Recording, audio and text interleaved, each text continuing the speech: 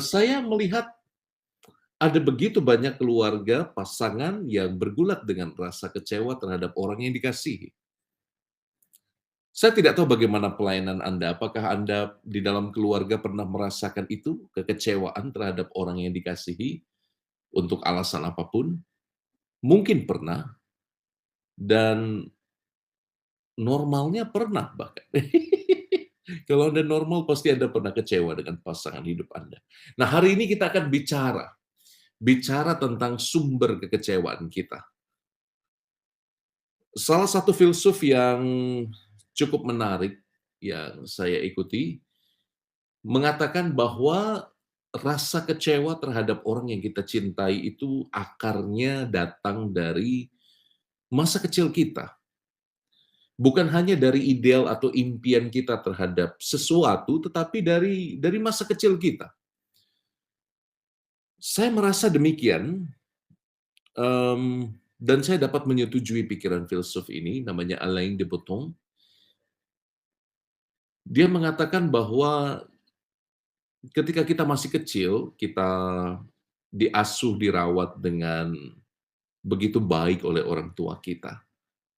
Bahkan tanpa kata-kata dan komunikasi pun kita dapat seolah terkoneksi atau terhubung dengan rasa hati dari orang tua kita. Ketika kita menangis, orang tua seolah punya indera keenam yang mengatakan, "Oh, ini lapar. Oh, ini popoknya perlu diganti. Oh, ini dia ingin main." Bahkan sebelum kita berkata-kata, orang tua sudah tahu apa yang ingin kita buat atau apa yang kita perlukan. Dan ini membutuhkan banyak sekali pengorbanan dari orang tua kita, bukan? Anda yang menjadi orang tua pasti tahu juga bagaimana pengorbanan dari seorang ayah atau seorang ibu, cintanya kepada anaknya, dan seperti ada kepekaan tertentu kepada kebutuhan anaknya. Sekali lagi,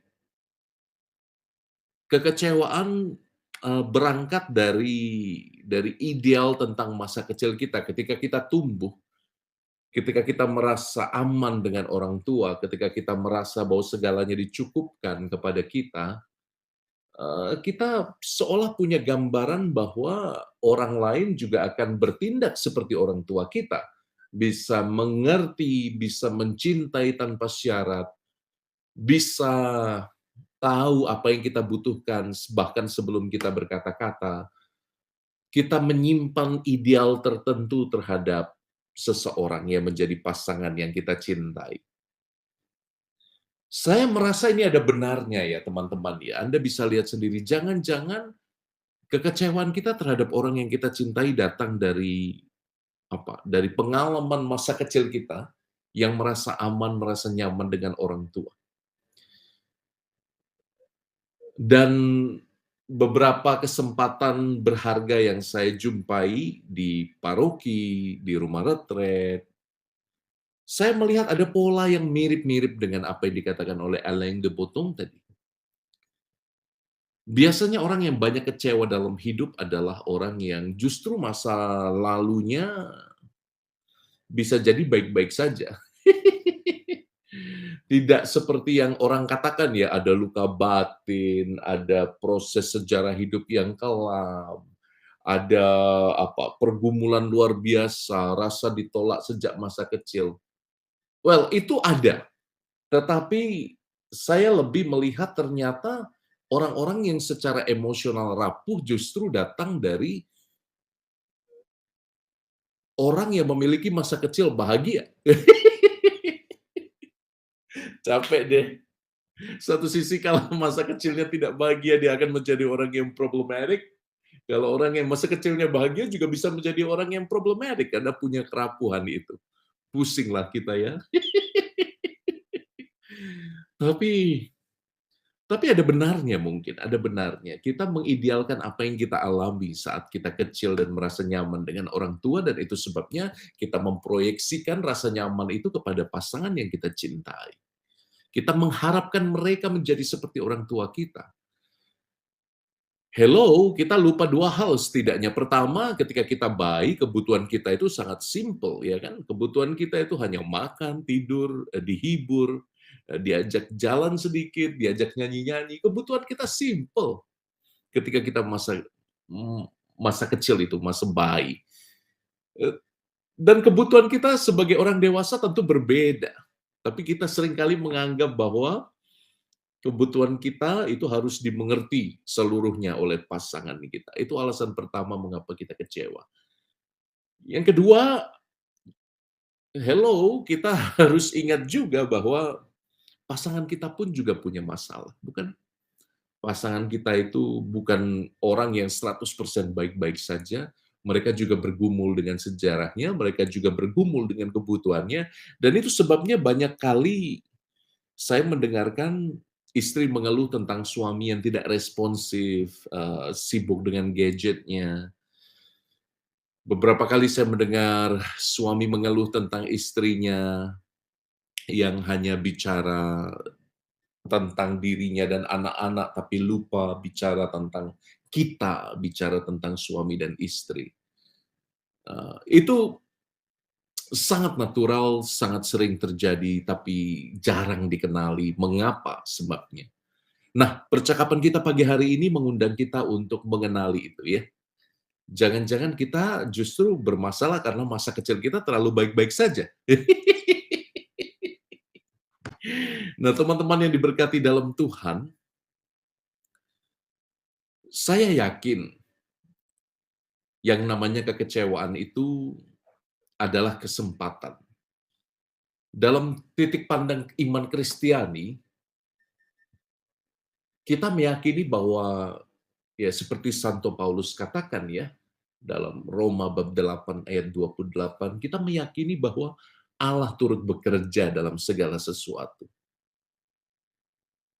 Saya rasa itu keyword yang bisa kita pegang dalam menjalani hidup yang kadang-kadang tidak menyenangkan, yang kadang-kadang sangat berat, atau itu tips yang juga bisa menemanimu saat engkau berjumpa dengan pasangan yang kadang-kadang menjadi orang yang brengsek, orang yang tidak menyenangkan, padahal kau sudah mengikat komitmen dengan dia seumur hidup misalnya.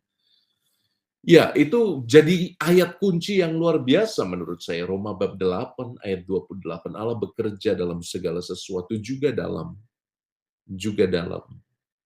kekecewaan, juga dalam disappointment.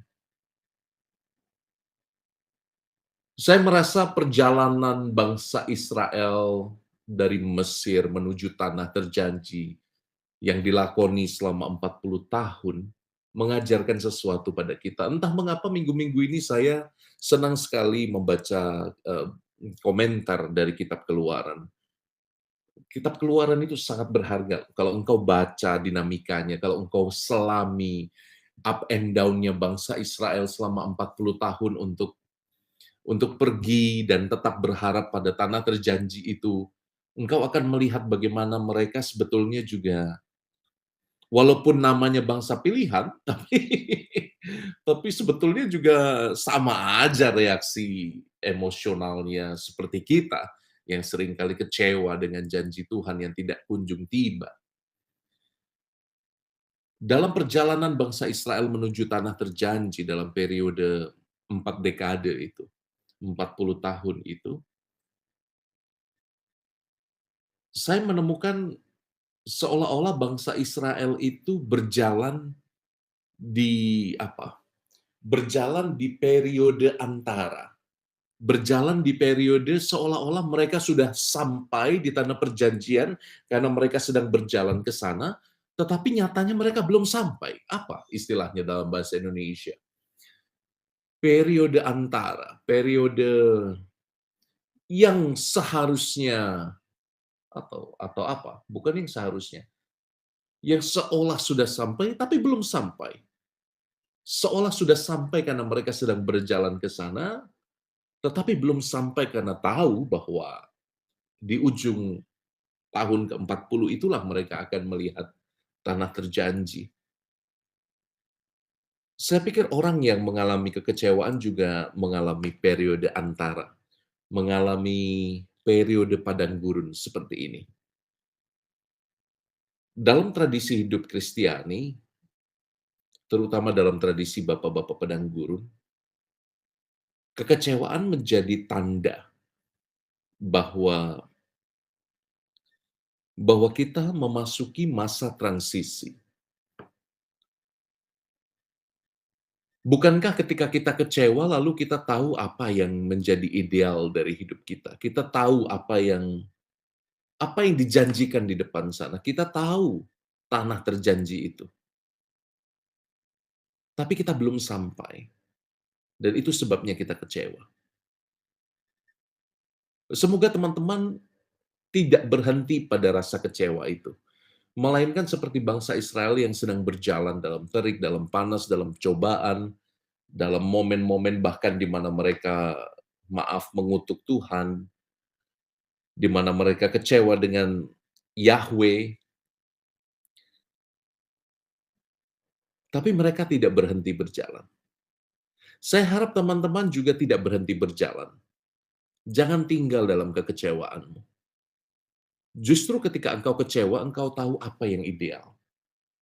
Engkau tahu apa yang menjadi mimpimu. Dan kalau engkau tidak bisa mengubah mimpimu, kalau engkau tidak bisa mengubah keadaan sekitarmu, saya merasa kau punya kesempatan untuk mengkoreksi sikap batinmu setidaknya, mengkoreksi perspektifmu tentang mimpi dan ideal. Nah, teman-teman yang terkasih, semoga pembicaraan kita tidak terlalu berat ya, walaupun temanya berat tentang kekecewaan. Setidaknya ada 3 poin yang ingin saya sampaikan pada Anda. Yang pertama, kekecewaan itu jangan-jangan datang justru dari masa kecil kita yang terlalu baik-baik saja. Sehingga kita memproyeksikan rasa cinta tak bersyarat itu kepada orang yang kita cintai juga. Seolah-olah kita ingin berteriak, "Cintailah aku sebagaimana Bapak Ibuku mencintai aku." Tapi kan itu tidak terjadi karena selain pasanganmu atau orang yang kau kasih punya masalah sendiri, seringkali juga ya, seringkali kita pun bermasalah. Seringkali kondisi-kondisi di luar hidup kita menjadikan hidup tidak baik-baik saja. Jadi itu poin pertama saya. Jangan-jangan kita menjadi terlalu kecewa karena kita mendasarkan masa kini dari masa lalu kita yang baik-baik saja. Yang kedua, poin yang kedua sederhana.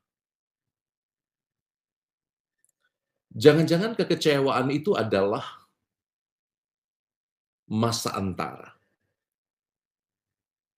Masa di mana engkau masuk ke wilayah padang gurun, masa di mana engkau mengalami mungkin kekeringan,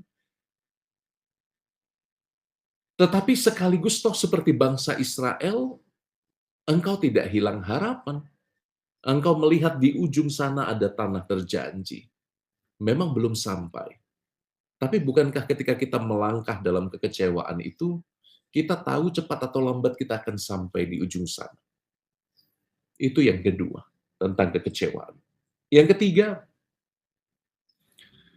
mungkin ini saatnya belajar mengenali kembali Allah yang bekerja dalam segala hal. Allah tidak hanya bekerja dalam hal-hal baik. Allah tidak hanya bekerja dalam hal-hal yang menggembirakan hati kita, tapi Allah juga jangan-jangan bekerja dalam hal-hal yang membuat kita patah hati, membuat kita kecewa. Allah bekerja dalam segala hal. Karena Rasul Paulus tidak katakan Allah bekerja hanya dalam hal-hal yang indah dan menyenangkan. Jangan-jangan Allah juga bekerja dalam rasa patah hati itu. Hanya saja kadang kita gagal melihat Dia berjalan bersama kita dalam rasa kecewa itu. Maka nasihatku yang terakhir, teman-teman, nasihat. Seperti saya orang suci saja, saya juga sering kecewa sebetulnya. Tetapi saya seringkali menjadikan rasa kecewa itu bahan untuk bercakap-cakap dengan Tuhan. Tuhan, saya sedang kecewa karena pastor sekomunitasku mungkin tidak sesuai dengan idealku. Tuhan, saya kecewa karena umat yang saya layani tidak cukup apresiatif. Tuhan, saya kecewa karena adik-adikku seperti ini. Tuhan, saya kecewa karena orang tuaku seperti ini.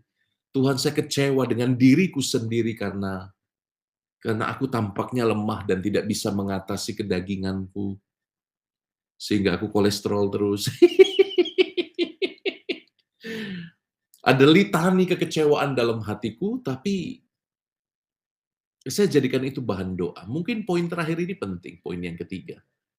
Hanya dengan menjadikannya bahan untuk berdoa, kita pelan-pelan bisa mengenal bagaimana Allah berjalan bersama kita di masa padang gurun itu. Itu poinnya. Semoga engkau tetap berharap dalam kekecewaanmu, engkau tetap berjalan dalam air matamu, engkau tetap meneruskan langkahmu di tengah padang gurun yang begitu terik dan menghauskan itu. Saya berdoa untukmu. Kita tutup dengan doa singkat ya. Dalam nama Bapa dan Putra dan Roh Kudus. Amin.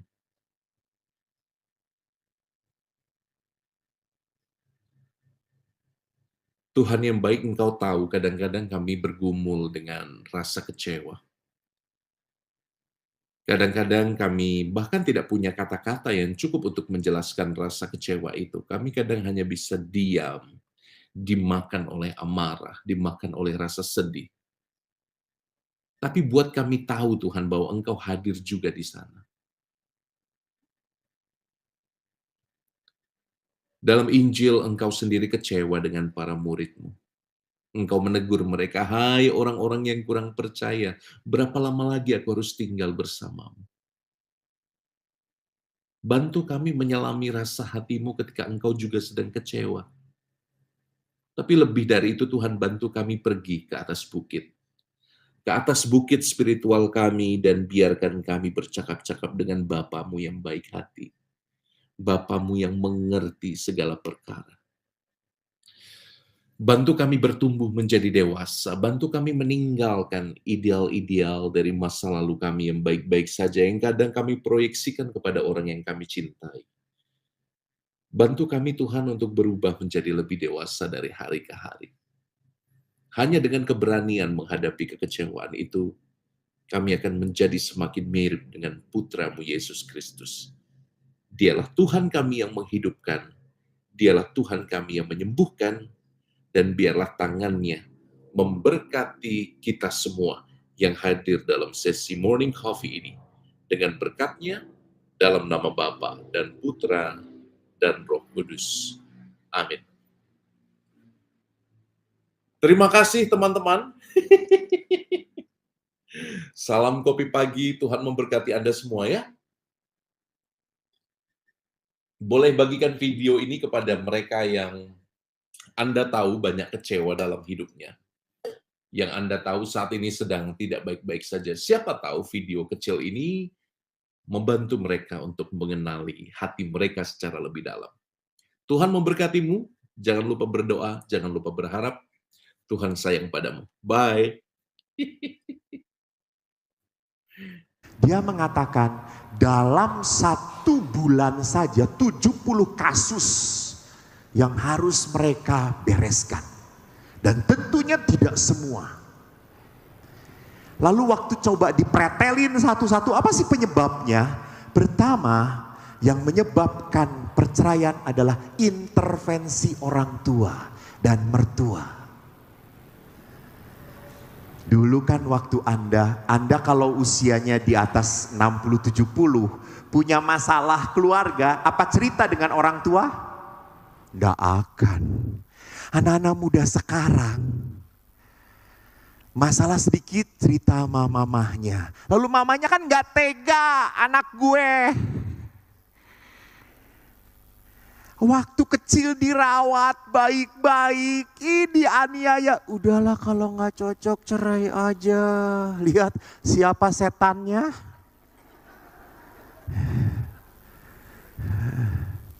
Sudah lepasin aja nggak apa-apa. Lihat. Kenapa seringkali mertua ingin ikut campur tangan? Karena merasa saya lebih tahu anak saya daripada kamu. Saya lebih tahu Maka dia campur tangan, maka dia berbicara. Apalagi kalau semenjak perkawinan mertua ini nggak serak. Namanya ibu-ibu kan ukurannya serak, bukan seret tapi serak gitu ya. Kok nggak serak ya mama? Ibu itu pakai feelingnya kuat, pakai perasaannya. Menurut mama perasaan kok mama nggak serak. Kalau suami, kalau bapak-bapak berpikir, bagus. Dia pinter, dia sudah punya mapan, kerjaan, kelihatan dia mencintai anak kita. Istrinya tiba-tiba, kok aku gak serak ya? Lihat, gak bisa dijelasin serak itu. Hanya bahasa wanita dan Tuhan yang mengerti. Karena gak ada logikanya di situ. Gitu. Nah kalau sejak awal sudah tidak nyaman dan terjadi katakanlah konflik, ribut, akhirnya orang tua turun tangan. Maaf, beberapa kasus orang tua overprotected kepada anaknya yang sudah menikah. Menyedihkan. Maka saya selalu menganjurkan kepada anak-anak yang mau menikah, please jangan tinggal bersama dengan orang tuamu. Mati kamu.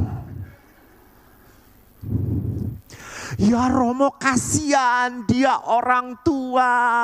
Siapa lagi yang harus menjaga? Lihat, dan kadang-kadang juga mertua pintar pakai firman Allah untuk membuat anaknya berasa berdosa. Gitu ya. Ingat hukum perintah Allah yang keempat, hormatilah orang tuamu. Gak ada hormati suamimu gitu ya. Jadi lihat di sini, tanpa sadar ada intervensi, tanpa sadar ingin ikut. Dan mohon maaf ya, kebanyakan wanita. Kenapa? Karena wanita care-nya besar, peduli, gak bisa diem, gak bisa. Itu wanita. I must do something. Lihat, waktu mujizat pertama terjadi di mana? Karena siapa yang tahu bahwa yang punya pesta kekurangan anggur? Wanita. Maria. Gak mungkin Maria itu wanita kalau bertamu duduk di ruang tamu. Enggak, ke dapur pasti. Masak apa? Bisa nyicip. Nah, itu ya. Jadi memang perempuan diberi karunia untuk apa? Care, peduli. Sayangnya tuh tidak, bapak umumnya sayangnya adalah melihat. Bagus. Ibunda share the hands. Dia ingin tepuk tangan. Dia ingin lakukan sesuatu. Saya ingat seorang pasangan suami istri yang muda, dia mengeluh, Romo, anak saya sakit, mertua saya ikutan. Kita udah tahu bagaimana cara menanganinya. Kan beda dulu dengan sekarang. Anda ingat tuh kalau dulu sakit panas, kompresnya tebal. Seperti pembalut wanita itu tuh. Lalu diselimutin, kencang-kencang, supaya apa? Supaya keluar keringatnya. Sekarang itu cuma 1 lembar saja. Free babai fever udah beres gitu ya. Itu lihat zamannya berbeda. Gitu. Tetapi dia selalu berkata, mama ini membesarkan 10 anak. Kamu baru 1 anak. Lihat. Jadi seolah-olah dia itu Tuhan Allah bagi mantunya gitu ya. Maka perhatikan, menjadi sulit sekali hubungan kalau kalau keluarga ini masih diatur oleh keluarga orang tua. Entah secara finansial, entah secara spiritual, entah secara emosional. Harus belajar untuk mengkat. Saya selalu mengatakan kepada pasangan muda, ingat, hukum Allah hormati orang tuamu, bukan ikuti orang tuamu. Hormati. Gitu ya. Jadi kita harus berani mengambil jarak. Yang kedua adalah apa? Penyebab orang minta berpisah adalah masalah ekonomi, kebutuhan keluarga. Entah itu ekonominya naik, entah ekonominya turun. Sering tidak bisa dijadikan ukuran. Emangnya kalau ekonominya baik pasti keluarganya? No, sering kali di saat ekonominya baik, hati-hati. Setan sedang menjebak kamu sehingga you have so many time to think about your business and you forget about your family. Bapak Ibu, saya tanya dulu, bisa nggak orang sukses di pekerjaannya, karirnya maju, usahanya bagus banget, dan keluarganya baik sejahtera, relasinya rukun banget. Bisa enggak? Bisa? Bisa? Bagus. Yesus saja mengatakan tidak bisa orang mengabdi dua tuan. Di saat ia mengabdi pada satu tuan, dia akan mengkhianati tuan yang lain. Di saat dia mengabdi mamon, dia akan melupakan Allah. Nah, maaf Bapak Ibu, kita punya batas.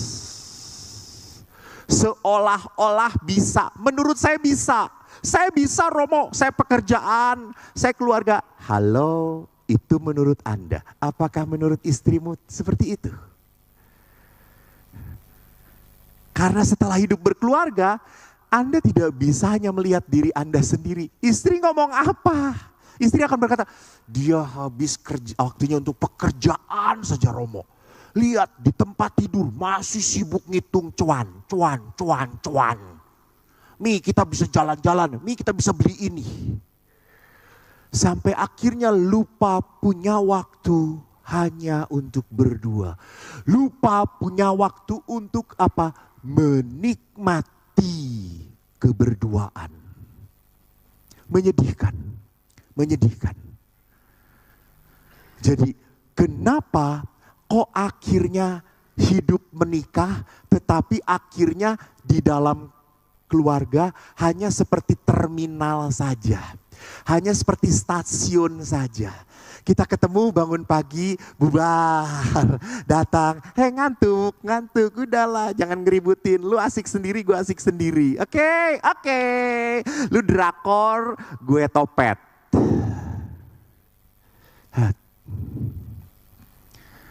Maka apa yang terjadi, ketiga yang terjadi, bisa jadi adalah apa?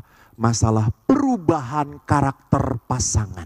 Tadinya dia orang yang peduli, tadinya dia orang yang sangat bisa berkomunikasi. Tapi sekarang Romo diam. Jadi mengapa jadi seperti itu? Karena ada pemicunya. Jadi karakter pasangan berubah, salah satunya adalah apa? Bisa terjadi adalah masalah pribadi yang dirahasiakan. Contoh, mohon maaf. Anda sudah punya keluarga, tapi kan Anda punya orang tua. Anda kan punya kakak adik.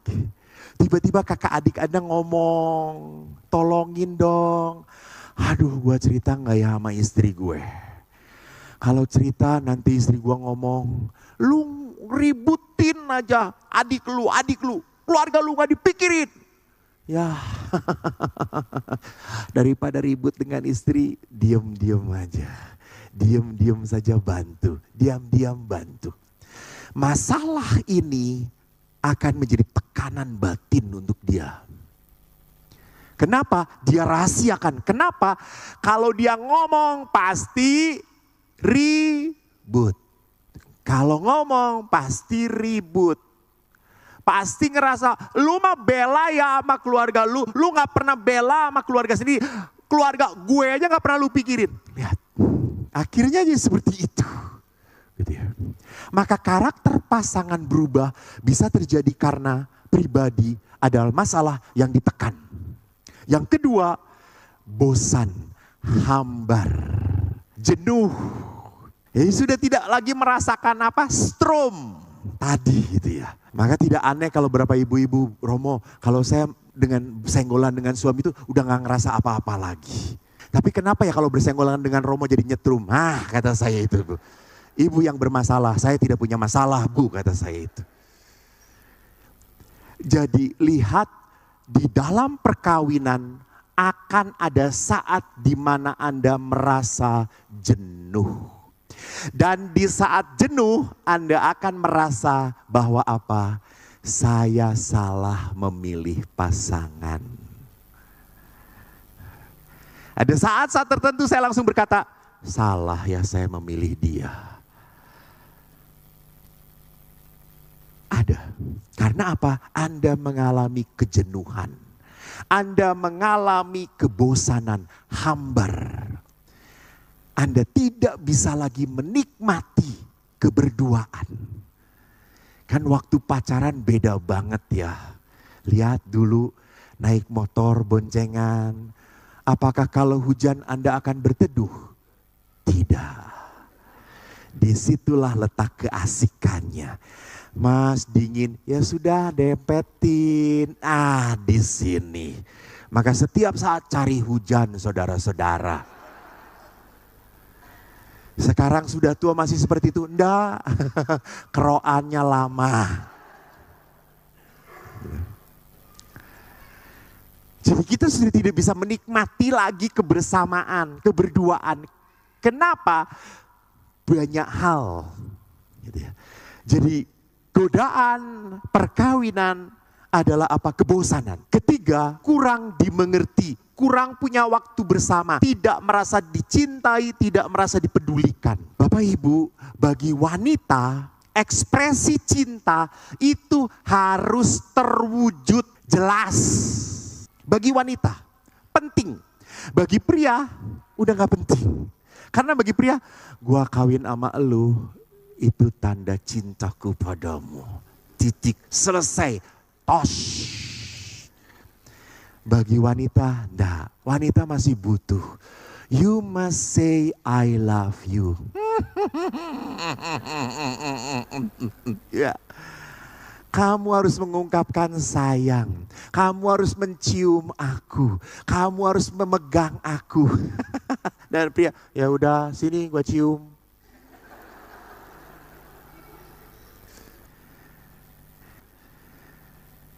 Jadi wanita itu butuh saat-saat di mana dia merasa aku spesial bagi kamu. Saat di mana dia merasa, oh kamu masih mementingkan aku ya. Oh kamu masih memikirkan aku gitu ya. Jadi kalau udah dari luar kota tuh, Pak bawa apa? Cucian kotor. Nah, itu. Anda membawa beban kehidupan gitu. Tolong bawa oleh-oleh, nggak punya duit, ya udah satu kurupuk saja udah cukup gitu. Ya mie kurupuk gitu ya. Jadi perhatikan bahwa ekspresi cinta dibutuhkan dan wanita tidak dapat itu, dia akan mempertanyakan, lu tuh masih sayang sama saya atau tidak? Gitu ya. Maka wanita suka kadang-kadang bangun malam-malam nungguin suami ngelindur memanggil nama siapa.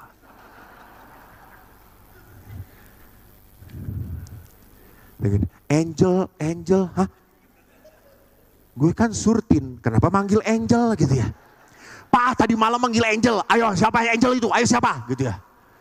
Padahal Angel tuh nama anjing dari papahnya gitu ya. Gitu. Jadi perhatikan bahwa bisa terjadi karakter pasangan berubah karena apa? Saya merasa tidak dicintai lagi. Atau sebagai balas dendam. Mengapa dia menjadi seperti itu? Karena dia seperti ini. Saya jadi seperti ini, Pastor, karena seperti itu. Yang keempat, masalah yang muncul dari sebuah perkawinan adalah apa? Salah paham. Bahwa perkawinan itu harus bahagia.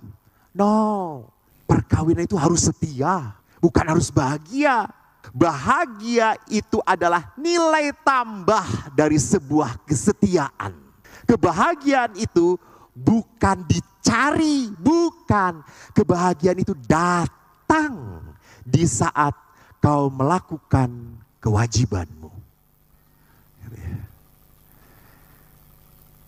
Pada saat saya pernah, beberapa kali saya ketemu dengan orang, saya datang ke rumah makan, saya makan, lalu tiba-tiba pas keluar ada suami istri masih muda.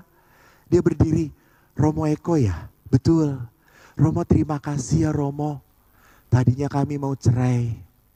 Setelah mendengarkan renungan Romo, kami mencoba bertahan. Dan syukur di saat kami bertahan, kami dianugerahi seorang anak. Oh, puji Tuhan, kata saya. Boleh saya doakan? Lalu saya doakan. Terima kasih Tuhan kalau Engkau memakai saya. 2 minggu yang lalu saya memberkati perkawinan di Pandu. Jam 11.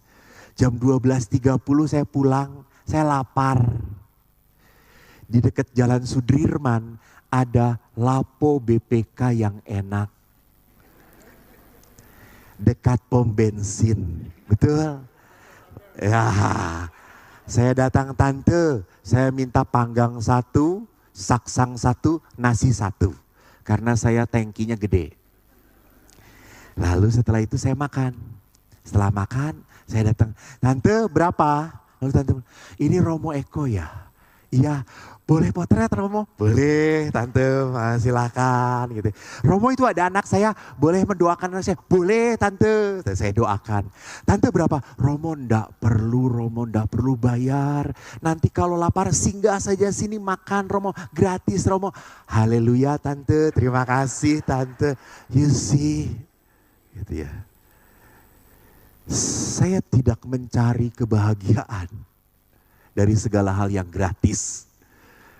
Di saat saya melakukan hal yang sesuai dengan kehendak Tuhan, yang berkenan pada Allah, ada berkat. Maka kebahagiaan itu berkat. Muncul begitu saja, bukan dicari. Kok makan ini saya nggak bahagia, kok pergi itu saya tidak bahagia. Anda makan enak bukan bahagia yang didapat. Hauce. Senang. Not happiness. Karena damai, kebahagiaan, sukacita. It's coming from God. Maka Paulus mengatakan, biarlah roh sukacita melimpah dalam dirimu. Roh sukacita. Gitu. Jadi kalau orang merasa tidak bahagia dalam perkawinan, lalu jalan keluarnya hanya perceraian, orang ini tersesat. Orang ini tidak benar.